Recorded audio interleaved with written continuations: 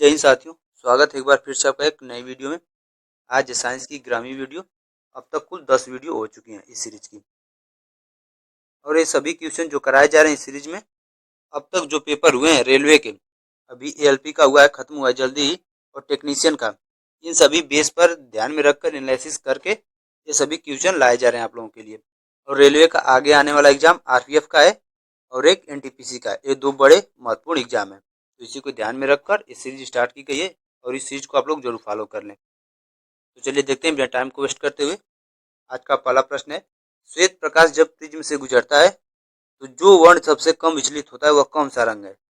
इसमें पूछा गया कि सबसे कम विचलित होता है कौन सा रंग। सबसे कम विचलन किसका होता है? लाल रंग का। अच्छे से इसको माइंड में आप लोग ध्यान रखें, लाल रंग का विचलन सबसे कम होता है। अगला प्रश्न है, निम्नलिखित में से कौन शरीर को गर्म रखने हेतु उत्तरदायी है।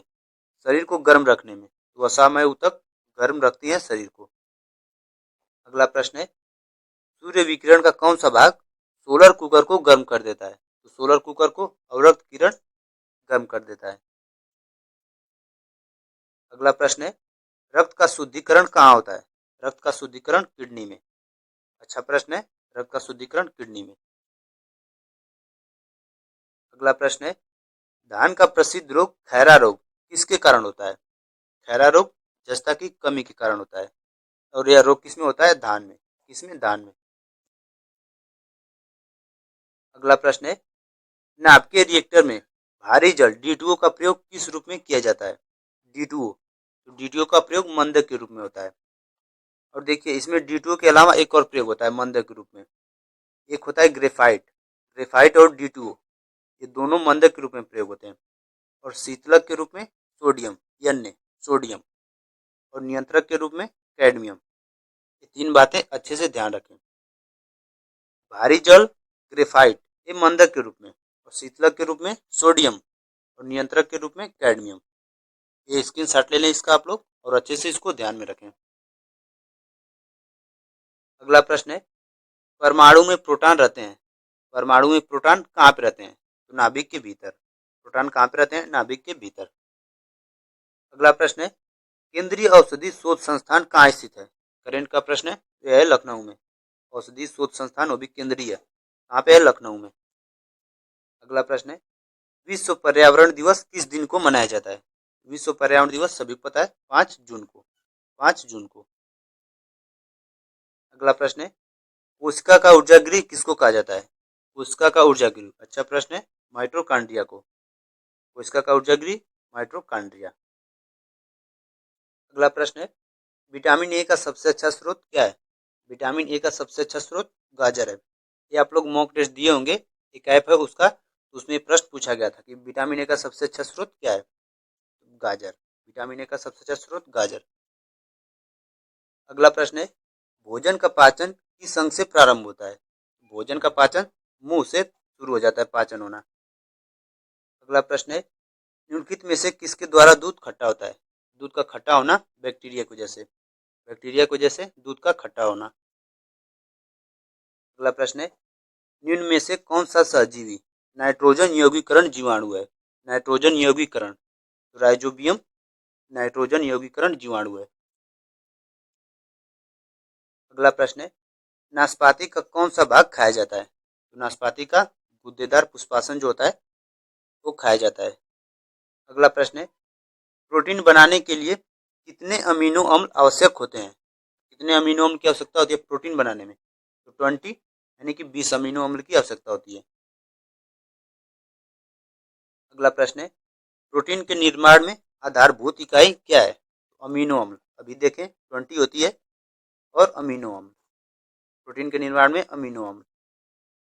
अगला प्रश्न है, centre for DNA fingerprint and diagnostic कहाँ अवस्थित है। डीएनए फिंगरप्रिंट और डायग्नोस्टिक ये है हैदराबाद में। कहाँ पे? हैदराबाद में। अगला प्रश्न है, जब मैक संख्या 1 हो तो ध्वनि को क्या कहा जाता है। जब मैक संख्या 1 हो तो उसको ध्वनि कहा जाता है, ध्वनि। अगला प्रश्न है, महान वैज्ञानिक आर्किमिडीज किस देश से संबंधित है। इनका संबंध है ग्रीस से। कहाँ के हैं? ग्रीस से।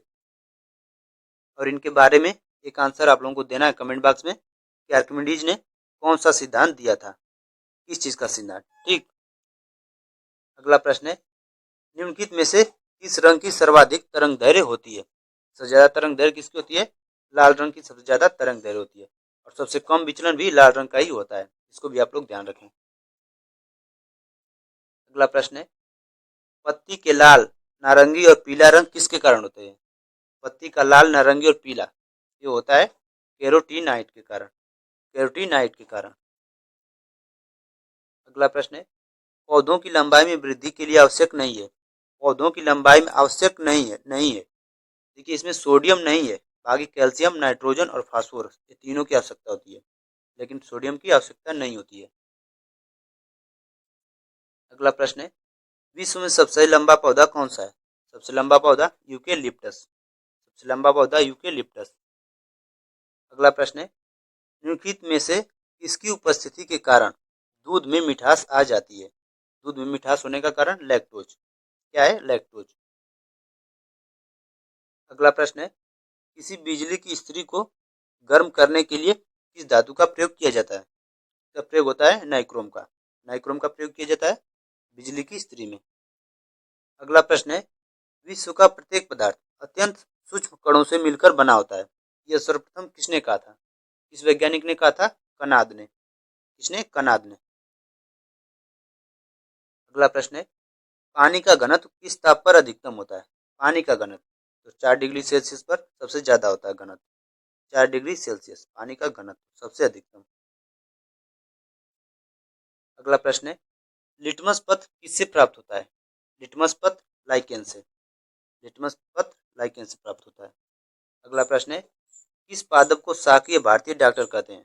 तो तुलसी को शाकीय भारतीय डॉक्टर कहते हैं। आप देखते होंगे आयुर्वेदिक में किसी भी दवा में तुलसी का प्रयोग सबसे ज्यादा होता है।